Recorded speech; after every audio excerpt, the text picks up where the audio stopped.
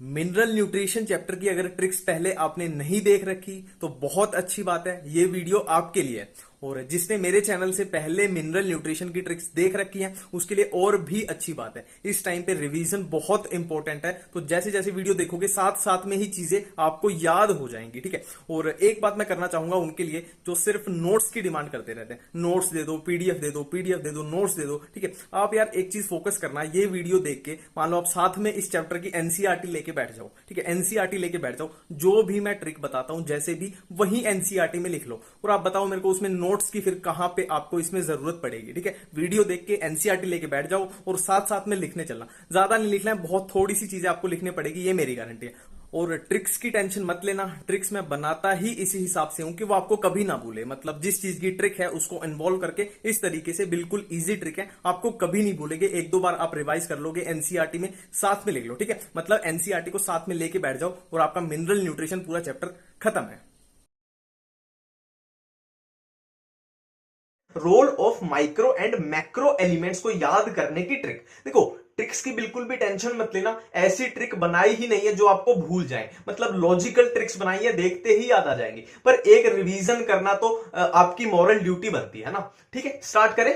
सबसे पहली ट्रिक है जिंक के लिए, सबसे पहली ट्रिक है जिंक के लिए। देखो, किसी भी कार में ऑक्स केबल बहुत जरूरी होती है। ऑक्स केबल सबको पता है ना, फोन में कनेक्ट करके जो वो वायर सी होती है, फोन में कनेक्ट करके जो गाने चलाते हैं, तो वो कार में बहुत जरूरी होती है। जरूरी होती है ऑक्स केबल कार में। जरूरी से हमें याद आएगा जिंक, ऑक्स से याद आएगा ऑक्सिन फॉर्मेशन, और कार से याद आएगा कार्बोक्सिलेज एंजाइम। मतलब जो जिंक है वो क्या क्या करेगा, ऑक्सिन की फॉर्मेशन करेगा और क्या करेगा, कार्बोक्सिलेज एंजाइम को एक्टिवेट करेगा। बिल्कुल क्लियर है। नेक्स्ट आते हैं, नेक्स्ट बात करते हैं हम कॉपर के बारे में। कॉपर के बारे में दिया हुआ है एक ही पॉइंट, कॉपर क्या करता है, ओवरऑल मेटाबॉलिज्म। तो मैं इसको ऐसे याद करता था कि कॉपर में से ये ईआर को याद रखता था, ईआर, और ये इधर ओवरऑल में ईआर मैच करा देता। देखो, इसको बोल के देखो, कॉपर ओवर, कॉपर ओवर, तो ये मैच हो जाता था ईआर ईआर। कॉपर क्या करता है, ओवरऑल मेटाबॉलिज्म। क्लियर है। अब नेक्स्ट आते हैं हम बोरोन के ऊपर। देखो, बोरोन, बोरोन से क्या याद आएगा अपने को कि हम बोर हो रहे हैं। बोरोन से याद आएगा कि हम बोर हो रहे हैं। तो जब हम बोर हो रहे हैं तो हमें कहां घूमने जाना चाहिए, सीपी यानी कनॉट प्लेस। हम बोर हो रहे हैं तो हमें घूमने जाना चाहिए सीपी यानी कनॉट प्लेस। तो सी से क्या क्या बनेगा हमारे पास, देखो, सी से कार्बोहाइड्रेट ट्रांसलोकेशन, और क्या बनेगा, सी से पकड़ लो calcium, calcium uptake and utilisation, और क्या बनेगा सी से, सेल डिफरेंशिएशन। ठीक है, तो बोरोन ये तीन काम कराएगा, और क्या कराएगा, सीपी, पी से क्या आएगा हमें याद, पोलन जर्मिनेशन। तो ये है बोरोन के फंक्शन। ठीक है, क्लियर है। अब नेक्स्ट आते हैं, देखो देखो, अब देखो, ये है एक कटायन अनायन बैलेंस की, कटायन और अनायन बैलेंस कौन कौन कराते हैं, ये एक जगह पे कर लेते हैं। देखो, कटायन और अनायन, ऐसा नहीं लग रहा कि दो भाई हैं, कटायन और अनायन दो भाई हैं, तो दोनों जुड़वा भाई हैं, है ना। तो जुड़वा भाई हैं तो दोनों को एग्जाम में बैलेंस बनाना है, मतलब एग्जाम में बिल्कुल सेम नंबर लाने हैं। तो एग्जाम में बैलेंस बनाना है मतलब सेम नंबर लाने हैं, तो दोनों को आपस में नकल मारनी पड़ेगी। तो नकल की स्पेलिंग यहां है NaKCl। दोनों को, कटायन और अनायन दोनों को एग्जाम में बैलेंस बनाना है मार्क्स का, तो नकल मारनी पड़ेगी। मतलब सोडियम पोटेशियम क्लोरीन कराएंगे कटायन और अनायन बैलेंस। ठीक है। अब नेक्स्ट देखो, देखो, ये बहुत सिंपल सी ट्रिक है कि मैंने कल पानी, ठीक है, मैंने कल पानी फेकूलाल के ऊपर, फेकूलाल जैसे कुछ भी होता है ना, रामलाल, श्यामलाल, ऐसे ही कोई बंदा है फेकूलाल। मैंने कल पानी फेकूलाल के ऊपर फेंक दिया। लाल मतलब रेड, रेड मतलब रेडॉक्स। मैंने कल पानी फेकूलाल के ऊपर फेंक दिया। तो मैंने कल पानी मतलब वाटर स्प्लिटिंग कौन कराएंगे, मैग्नीज और क्लोरीन। यहां पे दो ट्रिक है ये, वाटर स्प्लिटिंग कौन कराएंगे, मैग्नीज एंड क्लोरीन। और फेकूलाल, लाल से हमें याद आया रेडॉक्स, है ना, लाल से याद आया रेड, रेड से रेडॉक्स। तो रेडॉक्स रिएक्शन में किसका लेना देना होगा, आयरन का एंड कॉपर का। मैंने कल पानी फेकूलाल के ऊपर फेंक दिया, water splitting manganese and chlorine, लाल से याद आया रेडॉक्स, रेडॉक्स रिएक्शन में लेन देन होगा आयरन और कॉपर का। अब नेक्स्ट देखो, नेक्स्ट है क्लोरोफिल फॉर्मेशन में कौन यूज होता है? मैग्नीशियम। क्लोरोफिल फॉर्मेशन में होता है मैग्नीशियम। इसको कैसे याद रखना है? बहुत सिंपल सा लॉजिकल ट्रिक्स है। देखो क्लोरोफिल सुनते ही याद आएगा कलर, क्लोरोफिल मतलब कलर। अब घर पे कलर करवाना है, घर पे अगर कलर करवाना है तो कलर बार बार तो होता नहीं घर पे, तो एक ही बार करवाना है तो महंगे वाला करवा लो, अच्छे वाला महंगे वाला करवा लो। तो कलर करवाना है तो महंगे वाला करवा लो। इससे याद आ जाएगा क्लोरोफिल का आते ही, क्लोरोफिल का क्वेश्चन आते ही आंसर क्या जाएगा? मैग्नीशियम। ठीक है, अब तो हो गए अपने ट्रिक्स वाले कवर। अब है अपने बिल्कुल कॉमन सेंस वाले, जैसे नाइट्रोजन है, बिल्कुल कॉमन सेंस है, इसमें कोई ट्रिक की जरूरत ही नहीं है। नाइट्रोजन प्रोटीन में होता है, सबको पता है। न्यूक्लिक एसिड में होता है, सबको पता है। विटामिन, हार्मोन, फिर भी अगर आपको इसमें लॉजिक ना मिले तो एन एन एन पकड़ लेना। जैसे प्रोटीन में एन है, न्यूक्लिक एसिड में एन है, विटामिन में एन है, हार्मोन में एन है, तो ये नाइट्रोजन हो जाएगा। और फिर से एक कॉमन सेंस का, जैसे फॉस्फोरस है। अब फॉस्फोरस न्यूक्लिक एसिड में होता है, इसको कुछ याद नहीं करना। न्यूक्लिक एसिड में क्या है? फोस्फोडाइस्टर बॉन्ड है, फोस्फेट ग्रुप है, वहां पे फॉस्फोर होगा। हाँ, ये सिंपल सी बात है। और यहाँ पे एटीपी रिलेटेड रिएक्शन, अब एटीपी, यहाँ पे एटीपी में ही फॉस्फोरस आ रहा है तो यहाँ पे फॉस्फोरस होगा, कॉमन सेंस है। फॉस्फोरस सेल मेम्ब्रेन में होगा, सेल मेम्ब्रेन किसकी बनी होती है? फॉस्फोलिपिड की, तो वहां भी फॉस्फोरस होगा, कॉमन सेंस है, कुछ याद नहीं करना, है ना। लास्ट है देखिए कैल्शियम। कैल्शियम सेल वॉल में होता है, सेल वॉल में मिडल लैमेला किसका होता है? कैल्शियम पैक्टेट से मिलकर बना होता है ना। तो इसमें भी कुछ याद नहीं करना, ये भी कॉमन सेंस था, भी नहीं भूलेगा। ठीक है, अब देखो हमारे पास एलिमेंट दो टाइप के आ जाते हैं।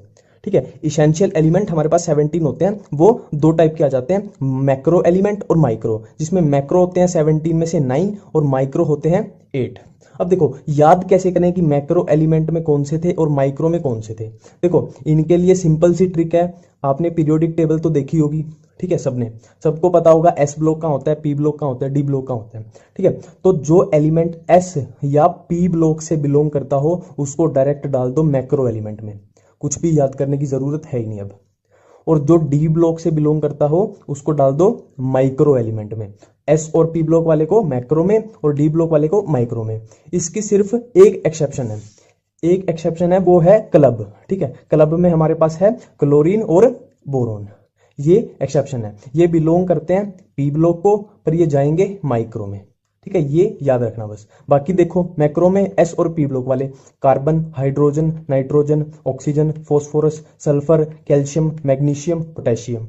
माइक्रो में डी ब्लॉक वाले निकल, zinc, copper, iron, manganese, molybdenum. और ये क्लब था एक्सेप्शन, तो क्लोरीन और बोरोन भी माइक्रो में आ जाएंगे। ठीक है, अब देखो ये एनसीईआरटी में दिया हुआ है कि अगर प्लांट में सल्फर, मोलिब्डेनम, पोटेशियम और नाइट्रोजन का लेवल कम हो जाएगा तो प्लांट में सेल डिवीजन इनहिबिट हो जाएगी। सेल डिवीजन का रुकना मतलब ग्रोथ रुक जाएगी, सेल डिवाइड ही नहीं कर रही तो ग्रोथ ही नहीं होगी। ठीक है, अब इसको याद करने की ट्रिक देखो। ह्यूमंस में क्या होता है, देखो मैं ऐसा मानता हूं कि ह्यूमंस में स्मोकिंग करने से सेल डिवीजन रुक जाती है, मतलब ग्रोथ रुक जाती है। ग्रोथ का सीधा सीधा मतलब है सेल डिवीजन। ह्यूमंस में स्मोकिंग करने से सेल डिवीजन रुक जाती है। अब स्मोकिंग का यहां मतलब है SMOKN। ठीक है, sulphur, molybdenum, potassium, nitrogen, smoking.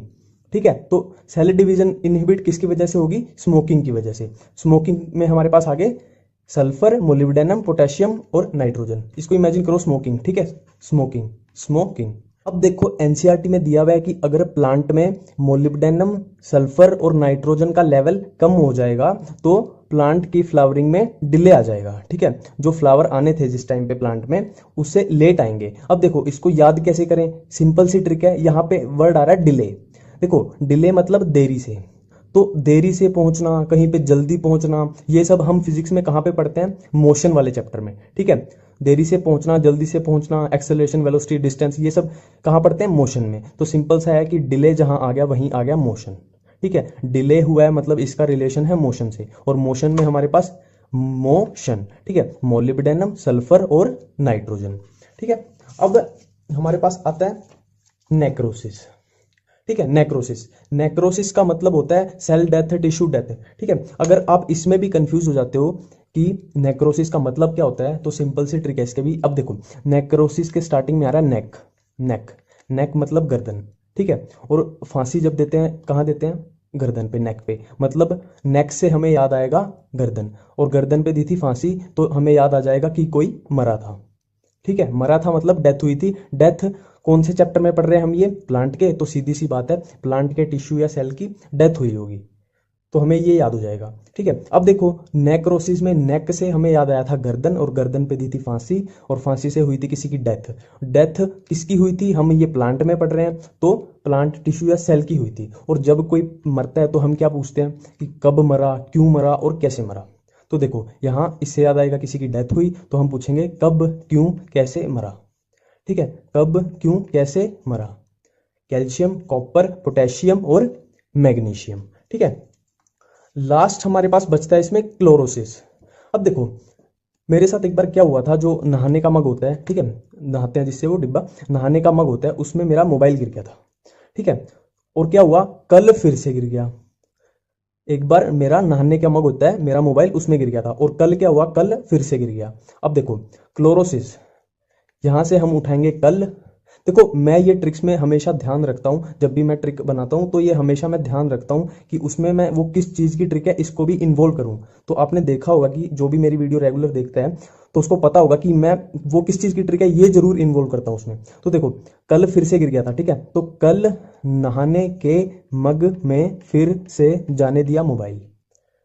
ठीक है, मेरा मोबाइल नहाने के मग में गिर गया था, पहले गिरा था, और कल फिर से गिर गया, तो नहाने के मग में फिर से जाने दिया मोबाइल। एक बार फिर से करते हैं, कल नहाने के मग में फिर से जाने दिया मोबाइल। मैग्नीज टॉक्सिसिटी, टॉक्सिसिटी नाम से ही पता लग रहा है कि मैंगनीज टॉक्सिसिटी मतलब मैंगनीज प्लांट का नुकसान कर रहा है, टॉक्सिक है प्लांट के लिए। टॉक्सिक क्यों है, जब मैंगनीज बढ़ता है, मतलब जब मैंगनीज की अमाउंट बढ़ती है प्लांट में, तो वो क्या करता है, वो प्लांट का आयरन, मैग्नीशियम और कैल्शियम घटा देता है। मतलब एक मैंगनीज बढ़ा और उसने 3 आयरन, मैग्नीशियम और कैल्शियम घटा दिए। अब इसको याद कैसे करें, देखो मैगी पहले बहुत सस्ती आती थी, ठीक है, बोलते थे ना कि 5 रुपए की मैगी, 5 रुपए की आती थी, फिर 10 की हुई, अभी 12 की होगी, थोड़े दिन में 15 की हो जाएगी, पर जो मैगी की अमाउंट है वो उतनी ही है। मतलब मनी बढ़ती जा रही है और मैगी कम है। ठीक है,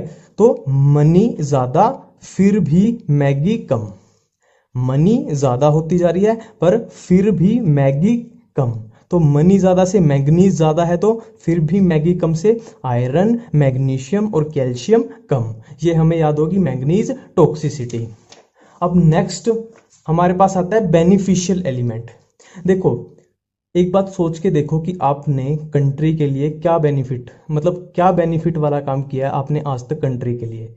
मेरे हिसाब से किसी ने कुछ नहीं किया।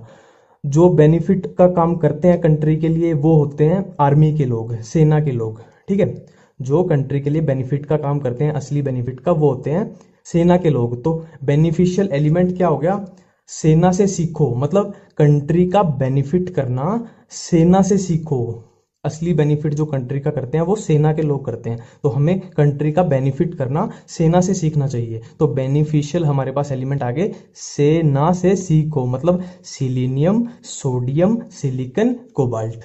ठीक है, एक बार फिर से रिवाइज करते हैं इसको। हमारे पास मान लो एकदम से स्ट्राइक किया कि बेनिफिशियल एलिमेंट, फिर हमें याद आएगा कि यार बेनिफिट तो सेना करती है, हमें सेना से सीखना था। ठीक है, तो तुम्हें याद आएगा कि मैंने एडवाइस दी थी कि बेनिफिट करना सेना से सीखो, सेना से सीखो, सिलीनियम, सोडियम, सिलिकन, कोबाल्ट। ठीक है, अब हमारे पास आते हैं स्ट्रक्चरल एलिमेंट्स।